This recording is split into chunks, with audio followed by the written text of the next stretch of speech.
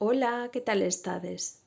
Hoxe traio-vos un conto que na nosa casa gustanos moito ler, porque a verdade é moi divertido e nos fala da amizade e do que temos que coidar aos nosos amigos e que non pasa nada se fan outros amigos. O conto de hoxe chámase Os fantasmas non petan na porta. Comezamos! O oso e a marmota encóntranse cada tarde, xogan aos dardos e a atopar tesouros agochados. O oso baila e a marmota canta como se fosen estrelas. Os dous morren coa risa.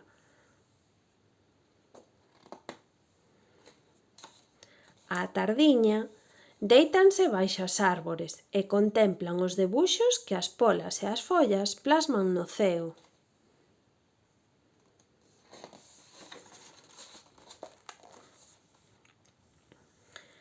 Unha tarde fría como un carámbano de xeo, o oso anunciou cun sorriso: «Hoxe vai vir o pato brincar canda nós». A marmota non lle chistaba o pato, nin ningún outro animal que viñese estragar as súas tardes co oso. Mentres o oso estaba preocupado enfornando un bolo para merendar, a marmota preparou un cartel que dicía «Non amolen, non estamos» e pendurouno na porta.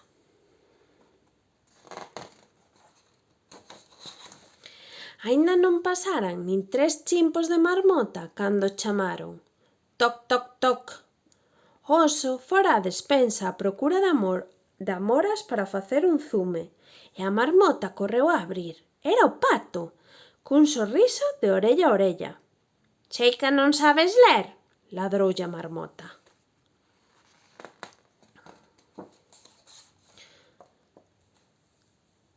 «Sei, mais teño unha pregunta», dixo o pato. «Que pregunta?» «Como poderíamos amolarvos se non estades?» observou o pato. «É que estamos, mais non de todo. De feito, somos fantasmas», bufou a marmota.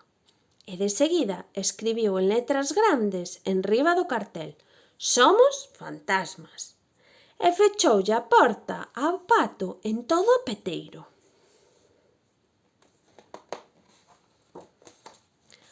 «Xa chegou o pato?» preguntou o oso dende a cociña. Non, era isto un vendedor de regadeiras», inventou a marmota. «Un vendedor de regadeiras? Que raro», pensou o oso. «Xogamos unha partidiña aos dardos?» propuxo a marmota. «Quero agardar polo pato. Comeza a preocuparme. Ao mellor...» «Ben, xa sabes que os patos mudan de idea con facilidade».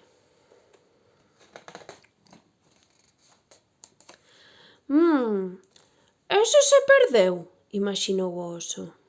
«Teño fame, e se comezamos a papar o bolo?» intentou distraelo a marmota. «Ao mellor pasoulle algo. Vou ir na súa procura», dixo o oso. «É mellor que vaia eu», adiantouse enseguida a marmota. «Non vai a ser que arrefríes o nariz». E decidida foi cara a porta e abriuna.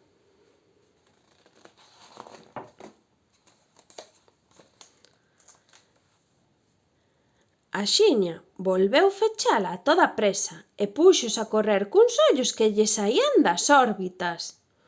«Que che pasa?» preocupouse o oso.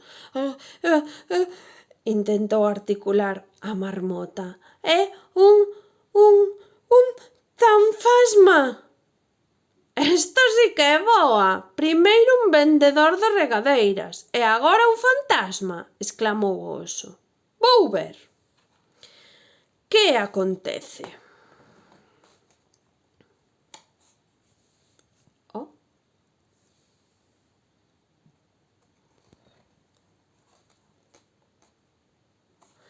Primeiro pensou que era un muñeco de neve, mais cando se chegou, recoñeceu os ollos do seu amigo e exclamou: «Pero, Pato, que fas aquí sen petar na porta?»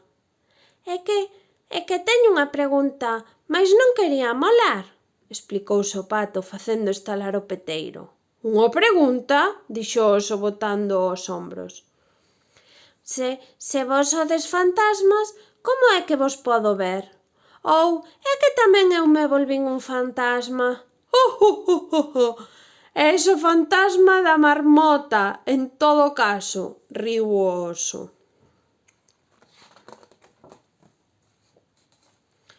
O oso tapou o Pato cunha manta e mandoulle á marmota que lle trouxese unha cunca de chocolate ben quente. O estalar do lume e o murmurio das folerpas de neve enchían de calma o atardecer. De súpeto, unha sombra bailou na xanela e a marmota berrou: «Vístelo!» «O que?» preguntaron distraídos o oso e o Pato. Fora ouvíase uns pasos sobre a neve. Os tres animais viron pasar unha sombra como un lóstrego e outra que se agachaba con ollos de espía. As sombras movíanse cun rumor silencioso cando...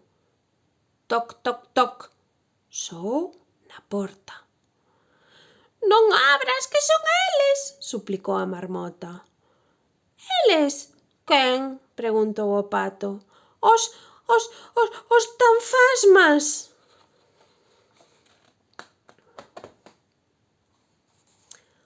«Os fantasmas non petan na porta», dixo o oso mentras iba a abrir.